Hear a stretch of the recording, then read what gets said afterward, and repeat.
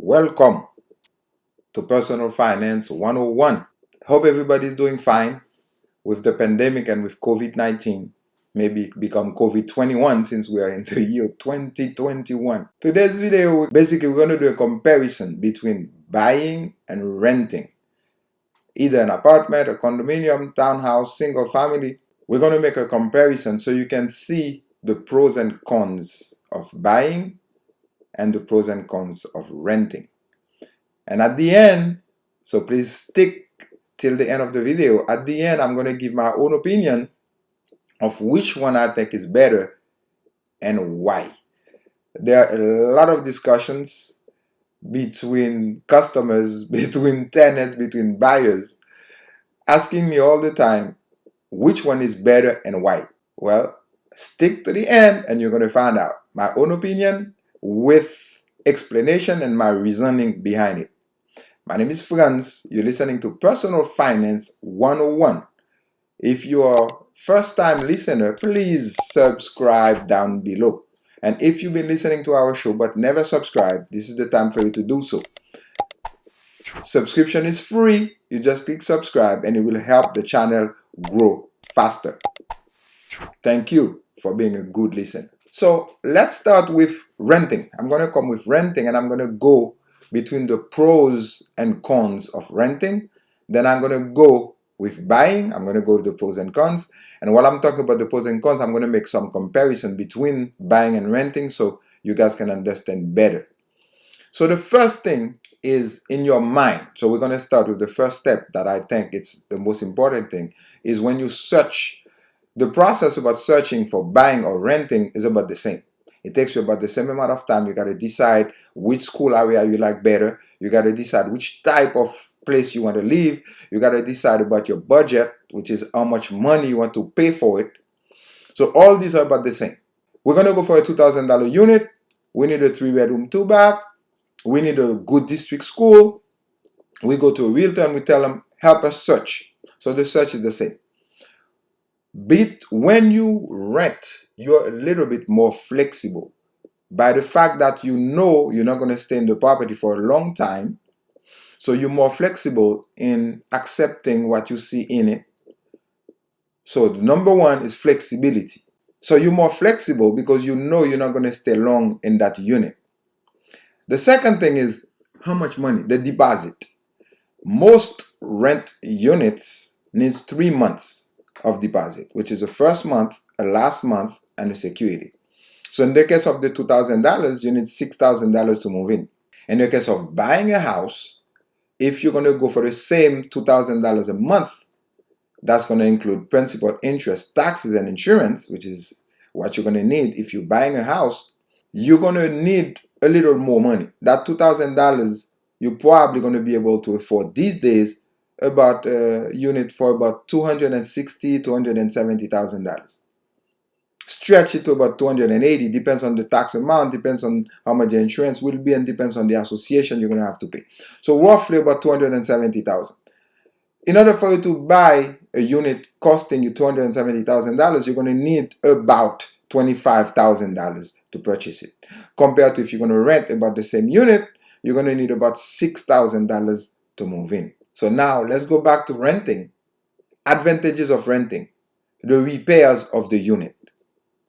Anything that broke down, you pick up your phone and you call the landlord and you say, hey, by the way, your bathroom is not flushing. Come and fix it, please. Your refrigerator is not working. Your stove stopped working. Whatever issue, or the blind doesn't open, or the window is broken, the handle doesn't work. Anything wrong with the house, you pick up your phone and you call the landlord. If you're a homeowner, however, every problem in that house, it's your responsibility. You have to handle it. You got to call your own handyman. You got to fix it. You got to make sure it happens. Anything happens, anything wrong with the house, it's on you. Second item, if you rent, you can control your bills a little better. Meaning, for 1 year, you got a fixed amount, $2,000. When you're a homeowner, you don't have a fixed amount because there's a lot of changes that may happen. For example, a tree in the yard, if you're in a single family, had an issue, you got to call somebody to cut it, problem for you. Any issues of repair, you call somebody to fix it, more expenses for you. anything happen to the house, more repairs, more money for you. The neighborhood. In the case of renting, an advantage is if you don't like the neighborhood, well, you know, oh, this is a 1-year lease. In 1 year, I'm going to leave that neighborhood because I don't like my neighbor. If you purchase the house, it's more difficult for you to just decide you're going to sell that house because you invest so much money in it and you pay closing costs. If you sell right away, you're going to lose money because you got to pay a realtor, you got to pay closing costs to sell plus the money that you invested. You're going to lose if you sell quickly unless the market went up high. So remember, we said the pros are every headache is for the landlord. You're more flexible yourself. You can control your bill better. You got a fixed amount every month for 12 months. It's not going to increase for 12 months guaranteed, which is not the same if you purchase a house. Now we're going to go on the cons of renting. First one of the cons is the unit is not yours. That means changes inside that unit, you cannot do much. If certain landlords are strict even with painting their walls, if you don't like the color of the tiles, there's nothing you can do about it. If you don't like the color of the carpet in your room, not much you can do about it. If you don't like the layout of the property, it's not yours. You don't like the fridge or the color of it, as long as the fridge is working, the landlord's not going to change it. But if it's your unit, that means if you purchase it, you can change your refrigerator if you want to. You can change a wall, the color of the wall. You can change the carpet. You can change the tile. You can even break down walls and redesign your house because it's your house. Another disadvantage of renting is if you keep moving all the time, you don't have a permanent address. So you keep changing address all the time and forwarding mail here and there. When you purchase the house, most of the time, people stay in the house they purchase, average between 7 to 15 years, you have the same address. Other disadvantage of renting, you got the renewal increase. When you renew your lease, the landlord will increase the rent and you don't know by how much. He can decide to increase it by $50, by $100, by $200, whatever he decides to do. Your mortgage, your principal and interest are fixed if you got a fixed interest rate. What's going to change is your taxes and your insurance, but they're not going to go up by as much as a landlord would like to just increase their bill. Example, if you take two people, one rent a property 5 years ago and the other one purchased a property 5 years ago, and you look at the same amount of number today, you're going to see the person that was renting 5 years ago, let's say at $2,000. This year they're going to be at $2,500. But the person having a mortgage was paying $2,000 5 years ago. Maybe this year may be paying about $2,100. We're talking about principal, interest, taxes, and insurance.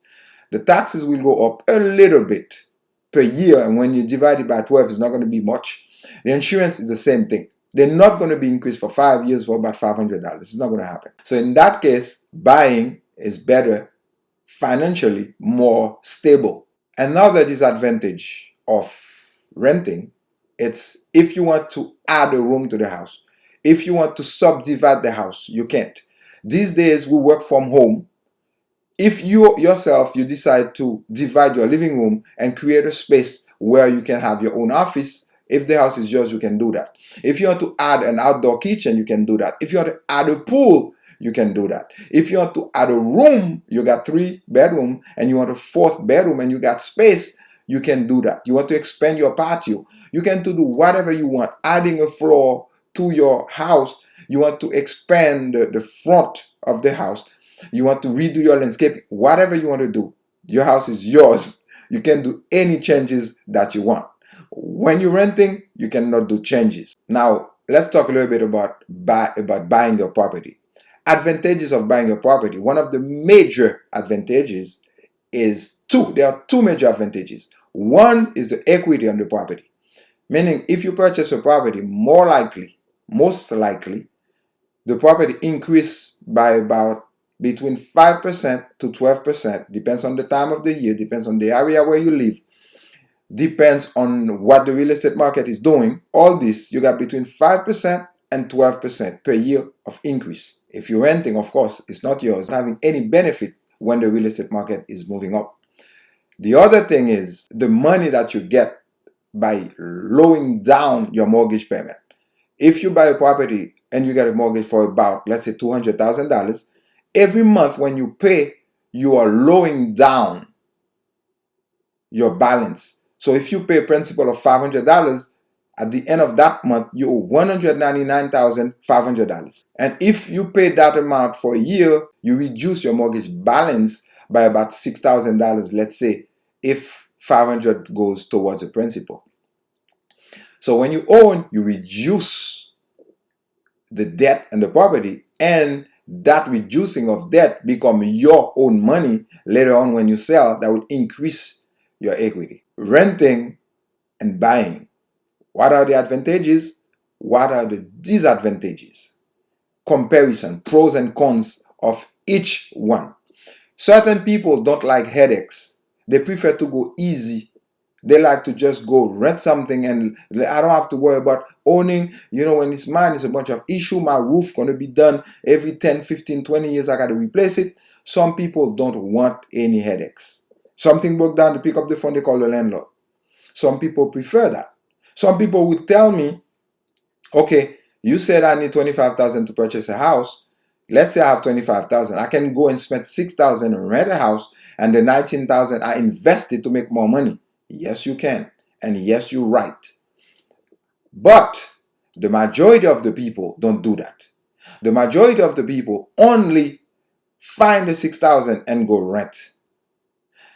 And other thing I'm going to tell you, there is a feeling, there is a pleasure, there's a satisfaction when you come to your own property. When you buy your own house and you know this is mine, this is the effort that I made, this is the progress that I made, I am today a homeowner. Psychologically, it's very positive for you. It reduces your stress, you're more stable, it's a type of savings, having your own house, and there's a satisfaction of accomplishment or financial accomplishment when you are a homeowner. It's not for everyone, but each of them has their advantages and disadvantages. One of the disadvantages of having a house, which when you rent you don't do, is insurance. When you own a house, the bank force you, we're talking about people going to get a loan. If you buy your house cash, it's up to you to buy insurance or not. If you're buying it with a bank to get a loan, the bank will force you to get an insurance to the property. Just in case fire, flood, or damages or hurricane happen, if that property get damaged, the insurance will pay for the expenses and the bank will recover their money. Till you pay off the bank, that property is not really yours because the bank put a lien on that property because you took a mortgage in order for you to acquire that property. You're listening to Personal Finance 101. Today, we are covering renting versus buying. My opinion, my position, it depends. There is no right or wrong answer. If you feel more comfortable renting, well, it's up to you. If you don't want to be a homeowner, not everybody wants to be a homeowner in their life, that's fine. But if you look at it, for me, I go 60% homeowner and 40% renting. That's my opinion. I always encourage everyone to try your best to home a property because of the financial satisfaction, because of the freedom you have for changing, because of stability in your life. I prefer homeownership. But if you like renting and you don't want any headaches, as I just explained to you, all the advantages and disadvantages, the decision is yours. Our sponsor for this show, we got two sponsors. One is Progressive Tutoring. If you need a tutor for your kids, your children, they need to go pass exams like SAT, like GMAT, GRE, or any other exams needed for school. Contact Progressive Tutoring. The number is down below the screen. They have professional tutors, teachers that can help you and your children get better grades. Second sponsor is First Home Realty and Investment Corp.